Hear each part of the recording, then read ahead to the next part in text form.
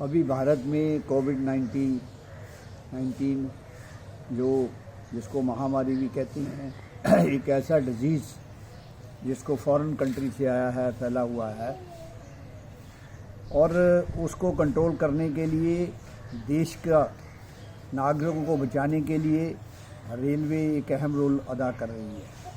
फिर भी भारतीय रेलवे में ठेकेदारी सिस्टम को बढ़ावा देने का क्यों सोच आई? इस सोच को बदलने की ज़रूरत है, क्योंकि इस सोच से ये रेलवे एक डिसिप्लिन इंडस्ट्री है, प्योरली जनता के लिए है, कम पैसे में सुरक्षित यात्रा कराने के लिए है।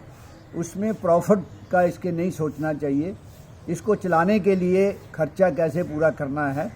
जहां हमें कम आमदनी है उसको पूरा करना है, उस सिस्टम को, थिंकिंग को लेके रेलवे चली थी। लेकिन आज इस मौजूदा गवर्नमेंट को इस बात को सोचना चाहिए कि आज के इस युग के अंदर जो अभी तकरीबन 18-19 तारीख जो है पिछले महीने से ये शुरू हुआ महामारी का युग,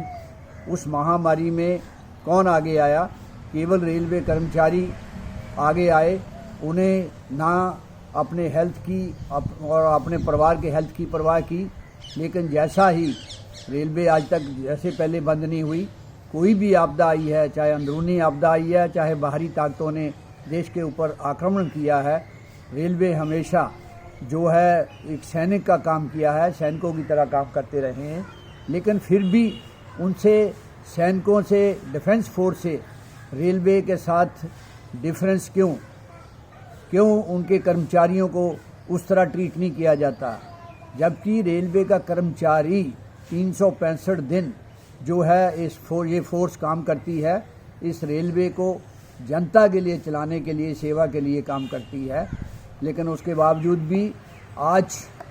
इतना काम जो है जो कर्मचारी कर सकते हैं और जो क्वालिटी दे सकते हैं, उसको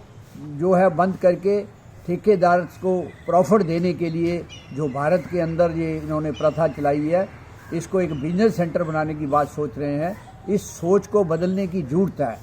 उसका उदाहरण है इस महामारी के अंदर जितने हमारे प्रोडक्शन यूनिट बने हैं, सातों प्रोडक्शन यूनिट के अंदर रेलवे ने वो काम किया है, कर रहे हैं, जो हमारे पास कोरोना को रोकने के लिए हमारे पास वेंटिलेटर नहीं है, वो बना रहे हैं, किटें बना रहे हैं, जो हेल्थ को सेव करने के लिए किटें बना रहे हैं, मास्क बना रहे हैं, सैनिटाइज़र बना रहे हैं। तो उनको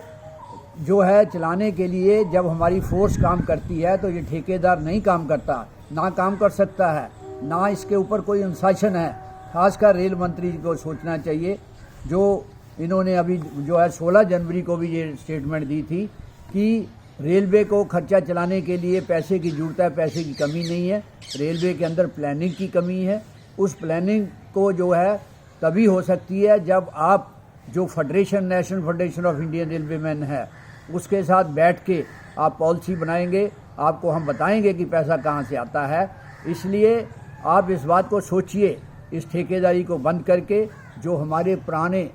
जो नियम हैं उनको लागू करके, जो नई जनरेशन जनवरी 2004 के बाद आई है, उनकी जो पुरानी पेंशन स्कीम है उनको दीजिए और नई पेंशन स्कीम को रद्द करिए और ठेकेदारी का काम मिनिमम करिए जो रेलवे कर्मचारी नहीं कर सकता है। क्योंकि रेलवे कर्मचारी वो काम कर सकते हैं, उनके पास वो टेक्नीशियन है, टेक्निकलिटी है, जो काम बाहर कॉस्टली होता है और जो रेलवे के अंदर कम पैसों में जो है क्वालिटी का काम होता है। और हमें रेल मंत्री और वित्त मंत्री और प्रधानमंत्री को रेलवे कर्मचारियों के ऊपर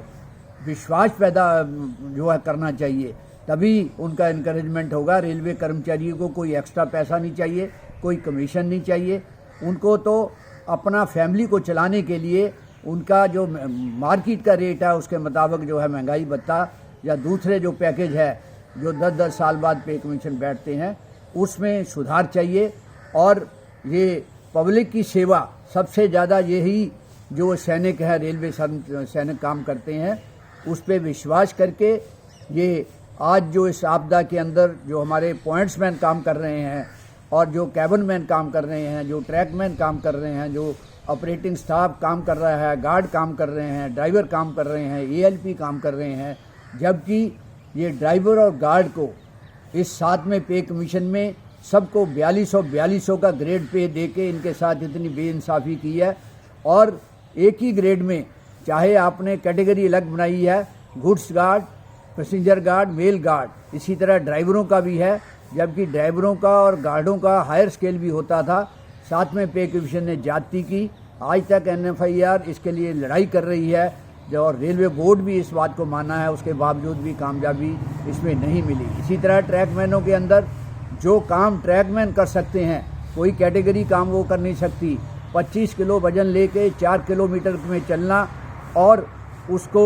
हमेशा चलते रखना, ट्रैक को मेंटेन करना, लेकिन उसके साथ उनका पैकेज क्या है, उनके जो है स्पेशल हार्ड ड्यूटी अलाउंस उनको कितने देर सालों बाद मिला, और उनको टेक्निकली कैटेगरी का दर्जा केवल 250 तक जो ग्रेड पे दिया है, जबकि बाकी टेक्निकल कैटेगरियों में 4200 तक का ग्रेड पे है, फर्दर प्रमोशन है। इन तमाम बातों को